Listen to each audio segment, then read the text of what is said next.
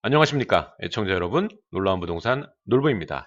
자, 오늘은 한국과 일본과의 무역 전쟁이 부동산에 미칠 수 있는 영향에 대해서 이야기를 해보도록 하겠습니다. 시청하시기 전에 좋아요와 구독하기 부탁드리도록 하겠습니다. 자, 여러분들도 잘 아시다시피 우리나라는 중간 수출 국가입니다. 수출로 먹고 산다는 얘기죠. 자, 그중에 이 많은 품목들이 있지만 현재 거의 대부분 감소세에 돌아섰죠. 특히 이 석유나 화학 같은 경우에는 크게 감소한 상황입니다. 그중에 이 핵심 수출 품목 중에 압도적으로 이 반도체가 매출이 높습니다. 2017년과 2018년은 이 반도체가 떡상을 하면서 우리나라의 이 수출 산업을 받쳐주고 있는 형태다라고 보시면 될 것 같습니다. 하지만 최근에 이 반도체마저도 꺾이고 있는 상황입니다. 굳이 일본과의 무역 전쟁이 아니더라도 우리나라 경제 상황이 내수로 보나 수출로 보나 굉장히 감소세에 있고 경제 위기에 해당할 정도로 상황이 매우 안 좋습니다. 당초에 2.8%로 내다봤던 2019년 경제 성장률은 지금 현재 한국은행에서는 2.5로 발표를 했지만 더 떨어질 거라고 예상이 되고요. 또 해외에서 바라보는 시각은 현재 모건 스탠리는 이번 일본과의 무역 전쟁으로 인해서 1.8%까지 보고 있는 상황입니다. 자, 그래프를 보면은 이 반도체 품목을 제외하고는 모두 바닥을 기고 있습니다. 그야말로 반도체가 지금 현재 대한민국을 떠받들고 있다 해도 과언이 아니라는 거죠. 특히 이 반도체 매출이 올해 상반기에 감소하면서 경제 성장률 예상치가 급감한 것을 봤을 때 이번에 무역 분쟁이 어쩌면 이 대한민국의 경제 전반적인 데 큰 영향을 미칠 것이라 생각을 할 수가 있겠습니다.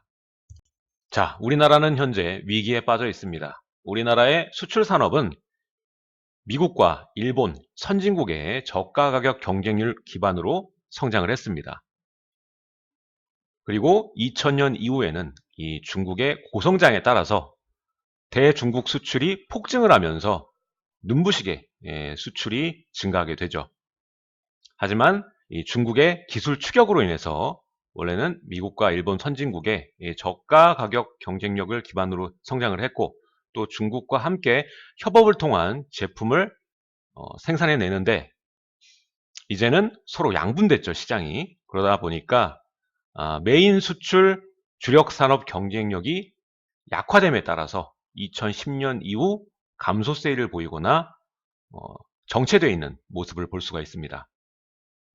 자, 특히 올해 와서 최악이라고 말을 하고 있는데 뭐 70%까지 떨어진 수출 품목도 있고요. 이러한 최악의 위기 속에서 반도체가 2017년과 2018년을 떠받들게 되고요. 지금 현재 수출의 5분의 1이 반도체에 해당합니다. 자, 이런 상황에서 반도체 특수가 사라질 경우에 우리나라 한국 경제에는 심각한 위기가 올 것이 뻔합니다.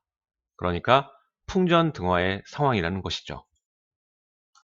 자, 지난 하반기 2018년부터 올해 상반기까지 미국과 중국의 무역 전쟁으로 인해서 얼마나 경제 상황이 악화되었습니까? 자, 6월 달에 협상 재개 합의로 시장이 조금 진정되나 싶었는데 또다시 이번에 G20 직후에 왜 G20 직후에 이런 발표를 했는지 모르겠습니다. 한일의 역사적 갈등 심화가 무역 갈등으로 진화가 됐습니다. 좀처럼 입장 차이를 좁히지 못했습니다. 자, 이러면서 이 수출 대한민국의 메인인 반도체 재료 3가지에 대해서 신고 강화를 일본이 발표하게 됩니다. 이 부품들은요, 대부분 일본 수입에 의존하는 부품들입니다. 자, 일부는 95%가 넘는 거의 대부분 일본의 수입에 의존하는 부품들입니다. 자, 이러한 제재가 장기로 이어질 시 현재 재고 물량이 소진이 되겠죠. 그리고 일본에 추가 제재가 있다면 이를테면 이 화이트 리스트 한국 제외입니다. 이렇게 된다라면 2019년 4분기 이후에 이 불확실성은 굉장히 커질 것입니다. 자, 일단은 이 수출 물량이 10% 감소하게 되면요.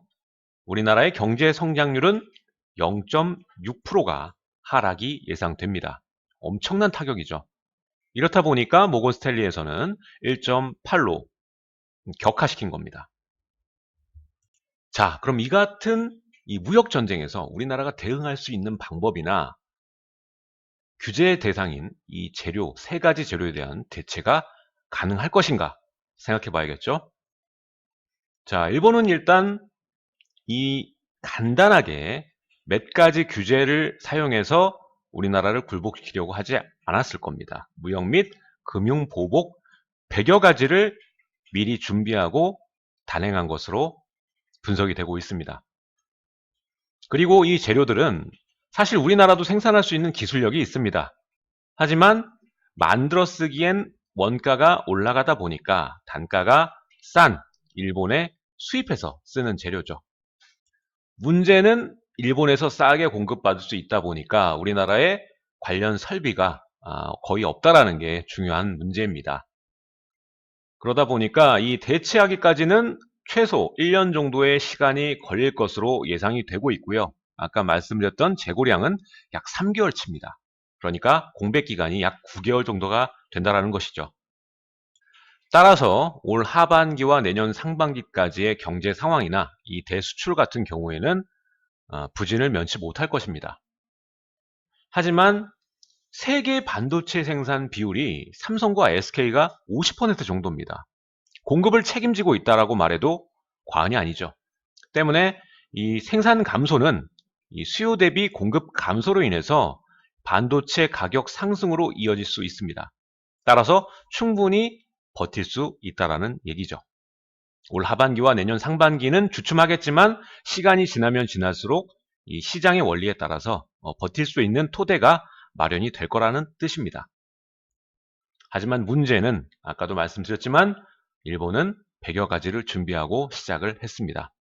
따라서 이 추가 보복에 따라서 우리나라의 경제 전망이 달라질 수 있다라고 판단할 수 있겠습니다.